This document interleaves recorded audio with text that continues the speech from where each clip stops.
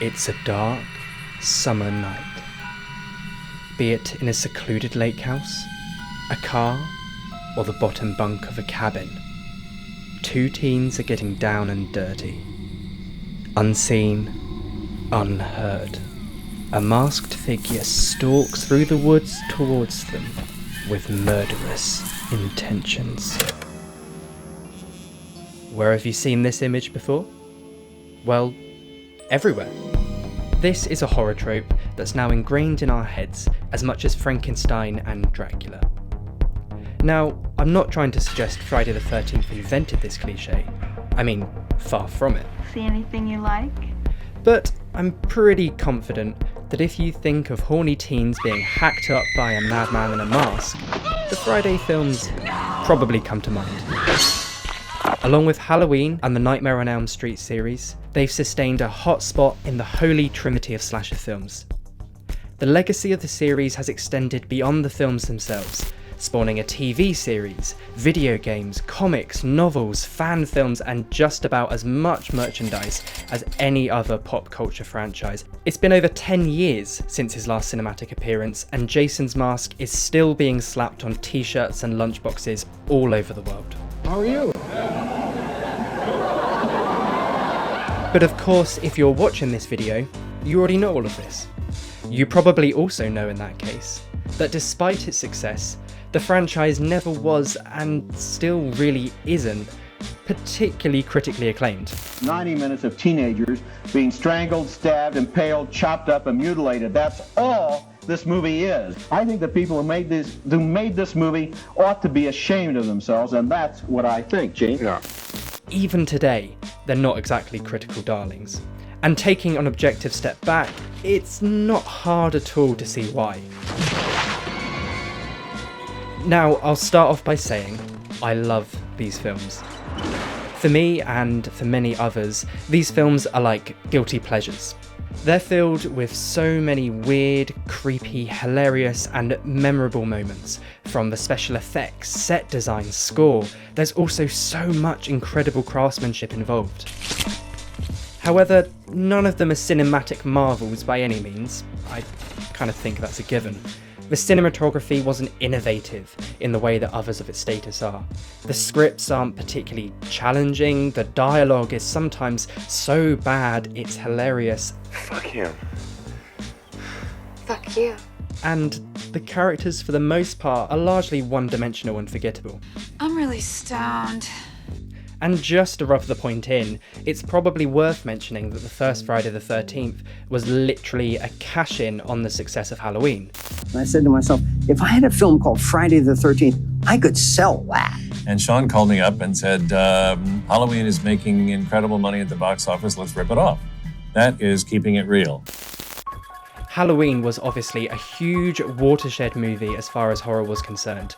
And after its success, it seemed like every filmmaker was trying to jump on the slasher bandwagon. Obviously, the genre had existed long before, evident in films like Texas Chainsaw Massacre, Phantasm, I Spit on Your Grave, and, of course, Psycho.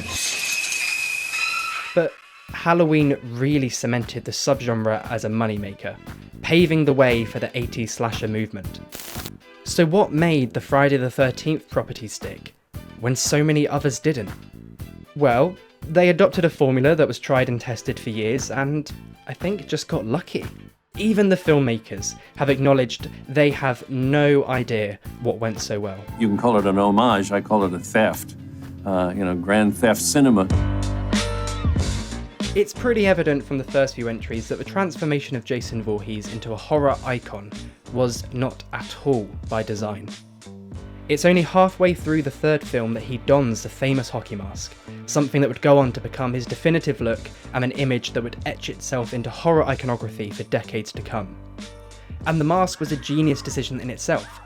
Its faceless, expressionless visage is a perfect fit for an unstoppable, unreasonable murder machine who kills without any incentive or hesitation. What's amazing is that this was largely unplanned. From what information is available, it seems that the idea of the hockey mask came very late in the day, and completely by happenstance. I think the whole hockey mask thing was kind of a fluke. I'm not really sure how it came about. And then somebody brought the hockey mask and said, Hockey base, that's great. I don't want to scare anyone, but I'm going to give it to you straight about Jason. Okay, so a big problem many people have is how inconsistent the films are. And not just tonally, but the continuity between entries makes little to absolutely no sense. For starters, the films are some of the most 80s things to have ever 80'd. From the hairstyles, the clothes, the language, they're so intrinsically of that decade that watching them in hindsight is hilarious when taking into account some of the time jumps between films. For example, 5 years passes between parts 4 and 5, and 10 years between 6 and 7, meaning parts 7 and 8 technically take place in the 2000s. You're a dead meat slime bag. Go figure. Of course, this is being pretty nitpicky and something that would only stand out to audiences who even bothered to think about the timelines. Can we really blame the filmmakers of 1986 for not accurately portraying the fashion and such of future decades? No. But it isn't just the mise-en-scène that doesn't add up. The first film works on the assumption that Jason was drowned as a young boy, hence his mother's murderous rampage, however many years later. Don't let her live. I won't, Jason. I won't. So, when in part 2 he returns as a fully formed, very much alive adult, you can't help but scratch your head and try and put the puzzle together. So, we're led to believe he went feral and survived in the woods by himself. But if he was really alive all this time, why didn't he go looking for his mother? If he did find her, then why did she say he was dead? Did you know that a young boy drowned? Where was he in the first film? How did he see her die? You try to track that on any kind of a timeline, it makes no sense whatsoever. How did he survive a machete to the head? Twice? What is he, a ghost? Okay, fine. So he's a zombie. Oh, now he's a body-hopping ghost slug? So Rennie saw boy Jason when she was pushed into the lake, even though this was only about 10 years ago and he was a fully formed murdering adult by this point. If he was melted in the sewer, how did he get back to the lake? How has it been 1980 for 30 years? Wait, so this is how people dress in 2450? The KM unit thinks we can resuscitate the female. Female? Yeah. Oh, good to see unapologetic sexism still exists in the 25th century. Wait, so he's a cyborg now? Hang on, it's established he's afraid of water in Freddy vs. Jason, so how do you explain this? And this? This sucks on so many levels! What? What's going on, please? Truth is, none of this actually matters. Why? Because although parts of a larger series, and definitely connected to one another, the films can be perceived to exist in their own individual canon. So what do I mean by this? Would you shut the fuck up? Well, let's compare it to The Simpsons, a show that's been running since 1989 where the characters never age. If any of them did, the dynamic would change too much and the formula likely wouldn't work. Who is he anyway? Homer Simpson, sir. All the recent events of your life have revolved around him in some way. Earlier this year, producer Matt Selman spoke out about the floating timeline, stating, "There is no The Simpsons canon or non-canon. There are only stories." The show has even referenced the constantly resetting timeline within the series. Remember how excited we were when this place opened? Then a week later, we just forgot about it. I'm surprised they bothered to move it when they moved to town. Oh, I can explain that. You see? Now, arguably, in an animated comedy show, it's, easier to get away with this sort of thing than in a serious movie. Actually, I'm not so sure I can call them serious movies. Now, of course, this is entirely subjective, but in my opinion, the lack of continuity actually gives the series a genuine campfire story feel. Think of your favourite or scariest folk story, something you heard at camp when you were a kid, or your parents told you to stop you doing something.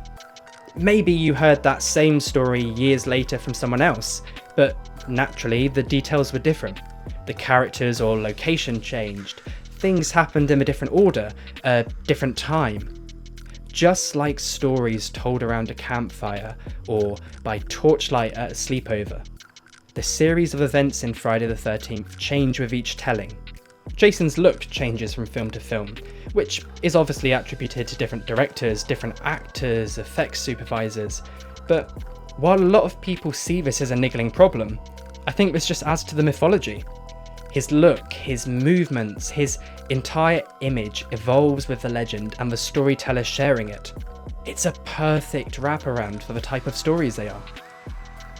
By the time of Freddy vs. Jason, he exists as nothing more than an evil force of nature, destined to spend eternity killing intrepid campers and horny teens.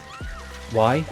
Because both in the film's world and our own, that's the myth he's evolved into. Who in the world would want to kill a camper? Don't look at me, I'm just here to drop off my son. Justin, that does not work for me. Now, maybe I'm excusing or attempting to justify what in reality is just bad continuity or lazy screenwriting. You know, the results of a creatively bankrupt franchise being tossed around by a studio until it's drained of every last cent. But hey, that's alright. Not every horror movie needs to be a profound work of art, nor does it need thought-provoking self-reflective commentary. I mean, sure, it helps, and the films that do have something to say are all the better for it.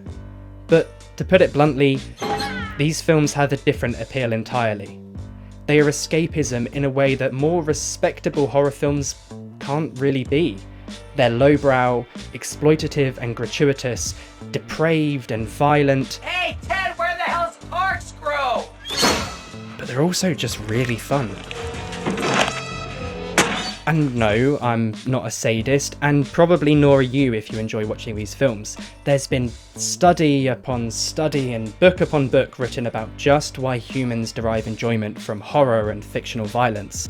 The point is, they're not trying to preach, or tell you anything, or even make you think. It's theatrical and crass, and that's all it was ever designed to be. Of course, there's the now cliché horror trope of have sex equals die that's often interpreted as being a prevalent theme in the series. In the first film, Mrs. Voorhees goes on a killing spree after two camp counsellors who are meant to be watching her son snuck off for some alone time, leaving him to drown.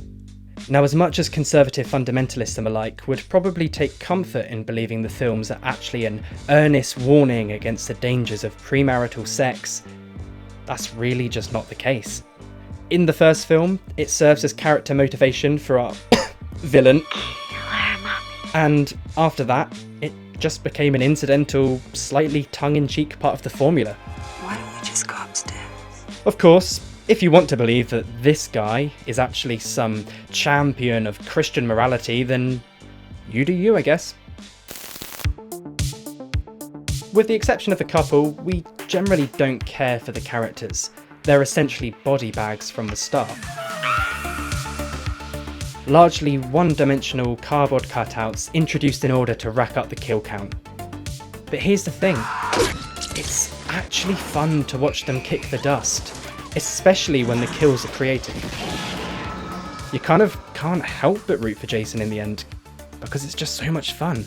Just cynical It's terrible. defeatism. It's terrible. It's a terrible thing. It's sensationalist, shameless, and personally I find the films work much better when they're completely unapologetic for being so. As the series becomes more self-aware, it gets weirder and more creative, making for great escapist entertainment. Now this is kind of ironic, seeing as in the early days, slasher films were designed to be the exact opposite of escapism. The movement dragged horror film out of the realms of fantasy and into the everyday. The boogeyman was no longer prowling around ancient castles and marshes, but was instead lurking in your own home. Now this is where I think the Friday films actually struck the perfect balance. They perfectly capture the appeal of the classic slasher formula, allowing the audience to project themselves in a contemporary setting, fighting for survival against an unrelenting killer.